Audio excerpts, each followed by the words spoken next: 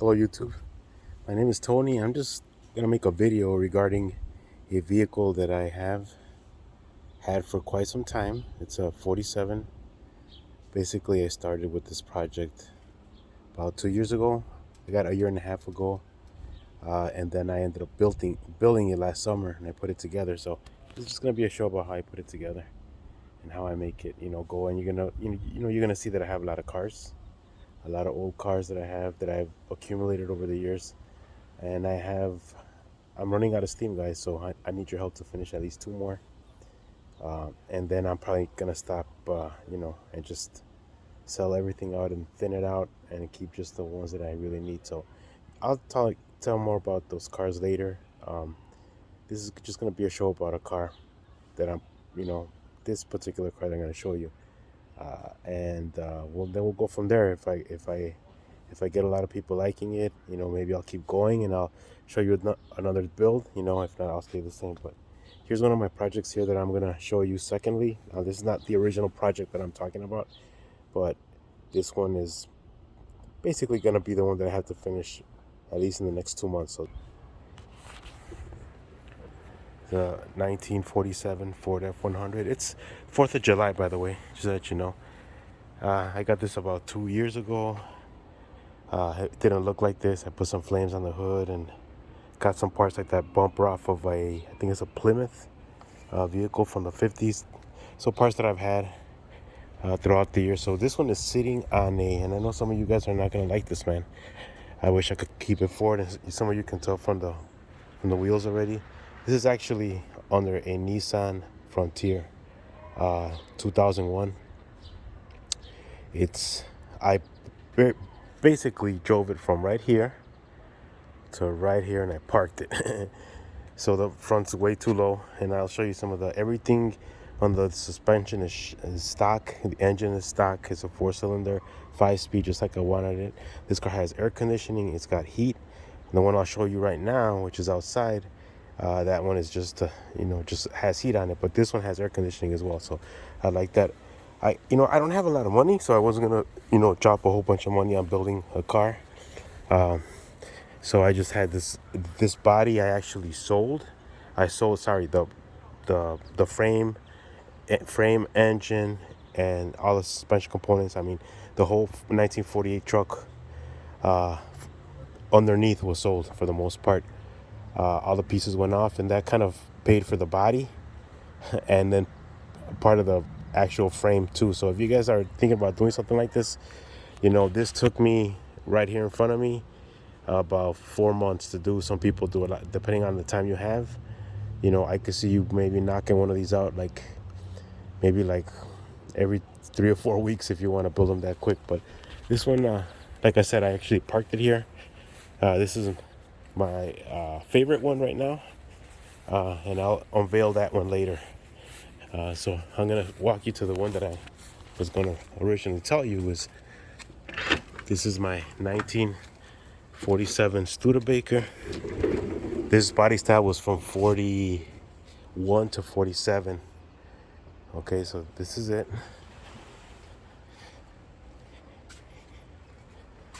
This is off of a Tahoe. It's a 5-speed. I did not want to cut the dashboard off, so I just basically, moved what was here originally on a 95 Mitsubishi Mighty Max, which I failed to tell you, but this is a Mitsubishi Mighty Max pickup truck. And I had to move all the instrument panel down, plugged everything in. And obviously, if you people don't know about cars, this is two trucks put together. It's a 47, like I said, Studebaker. When I got it, it was a Doodlebug, so it was a lot shorter. And I built this one and I stretched it. But the actual undercarriage is a 95 Mitsubishi Mighty Max, which is basically, how can I say, it's fuel injected. It's easy and fun to drive. It's super light in the sense that the suspension is all stock, like I said. But, I have to do some work on the front as to, do shocks and do all that, ball joint stuff probably. Obviously, to me, they didn't really. This car was parked with like 160,000 for a couple of years, in my opinion. And then the the other side of this truck, the whole frame, I actually rebuilt it with the back of that truck. That truck had 1/8 steel plate, which is just surface rust, and I basically cut sheets of steel, and I actually clamped them down at the bottom of here, and I basically stitched all this side of the frame. All this side of the frame is stitched up. Actually, it's the other side. I take that back. I know exactly from where. So it's the back of the truck here. This is 4th of July, by the way. And yeah, you could tell the pieces of steel right there. You can see, I know it's got rust, but it's so you can see the plate right there. And it goes all the way around to the back. And that spray, by the way, that's not rust that you see. That I sprayed it with some. This is rust on this side. That's rust, and not that. And that actually comes off. You can spray that off. It comes, but it's pretty solid. The back of the truck is a 1955. These fenders, but as you can see right here is where it was. This back piece was right here, right? So this was all missing. So I added this. All these panels right here you see were actually fenders, and I'll put a picture so you can see that somebody made the doodle bug out of. So I used the same metal, I recycled it, and I put it back here, and it kind of matches what I did here with the truck, which is kind of weird. But when I got the body, it was really rusty looking, but I actually sprayed it with a chemical like rust remover. You can see like where I sprayed it, it splattered all over the place, and it took most of the rust off. You can see the splatters right here too. So that's the chemical when I wiped it out. So there's more of this under here, so you could play with that if that's what you want to do. I kind of like it like this. I had a buddy of mine do the pinstriping on it.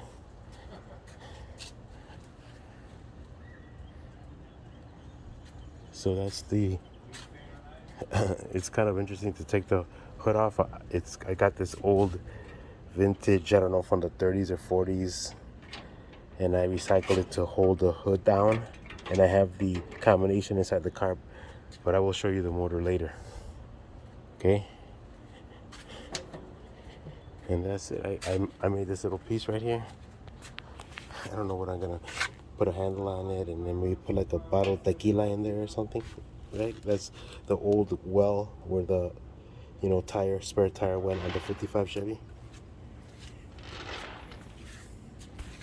It's really interesting because my compadre gave me all these different, posts and stuff, metal. On the other side, the same thing, and it kind of matched perfectly with the truck, like the little arrow-looking thing. Like it kind of goes with the truck. Maybe you don't think so, but I know so. I put the glass in, I put the seat in, I welded everything solid, and I've been driving this truck maybe for about a year, and I've taken it in the snow. I used to have to put the windows in, passenger and the driver, but the rest are all in. It's got an original bullet hole right there from, like, I don't know, from a big caliber gun. I don't know what it was, but you can see right there how I left it like that. And then I put that noise-proof, soundproof, weather, insulator all inside here, the floor. And you can see up on top, I still have to finish this, and a lot of people like that rusty look, but I could also, make some, like Mexican covers on it, which I'm thinking about putting some covers there. And yeah, it's got the heat's down there. It's not hooked up to anything in the sense that it's not. I need to make like some kind of wooden, compartment so I could, bolt that, screw it on there, the actual, off and on switch. But it does work. And the speedometer there reads 160, and I had it like I think I put already, yeah, I've had it. I got it when 158, so I put 2,000 miles on this thing already. It's so much fun to drive. I made the shifter. That was from an old house down in Berwyn we used to live. I actually kept that, and I knew I was going to use it one day, someday, which is today. And little things like that's for a wine. For Halloween, I saw it one day. It's actually, it is metal. And I have 4 of those, and I, decided to put that there. That rose came from, I was cleaning my brother's car, and I found that rose Probably my mom, so she probably used to, wear it because now it's here. Now it's on my car. I thought it was a really cool rule, so I kept it. And my friend did the pinstriping. That looks like it's shady, but it probably is. But that actually helps stabilize the steering wheel, even though it's already, I already at the top you can see where I, screwed it in. But it would bounce a little bit, like it would shake, like I'm shaking the camera like that. But then, when I do that, like I strap that up to the body more, it keeps it nice and, I guess like a suspension thing, I guess. But yeah, there it is. And these wheels, I went to like an hour from here and I picked them up. Really good wheels. I have the cap right there that's missing, but the inside piece has like these little, teeth, and they broke off. So if anybody knows where I could get, because the replacement for that thing, it's like, I saw it on eBay for like 200 bucks. I kid you not. And I have the cap, so it looks like this. It looks like this. As you can see, when I got them, this tire was sitting at the very bottom of in a shed, so it got like all pitted. So I put the worst one here, and then less worse here, and then this is the best because the driver's got to be. So this is like the best looking one, and then this one over here too. So yeah, there you go. All right, tell me, what do you guys think? This is the project I want to finish. What else should I do with it? The more people I get to, donate their money and their time and all that good stuff, the more I could get this project done. So, the more likes, subscribe, hit that like button or hate it. I don't care. Just comment on it if you can. Help all the help that I could get. So yeah, there it is. 1947. All right. There you go. Thank you, guys.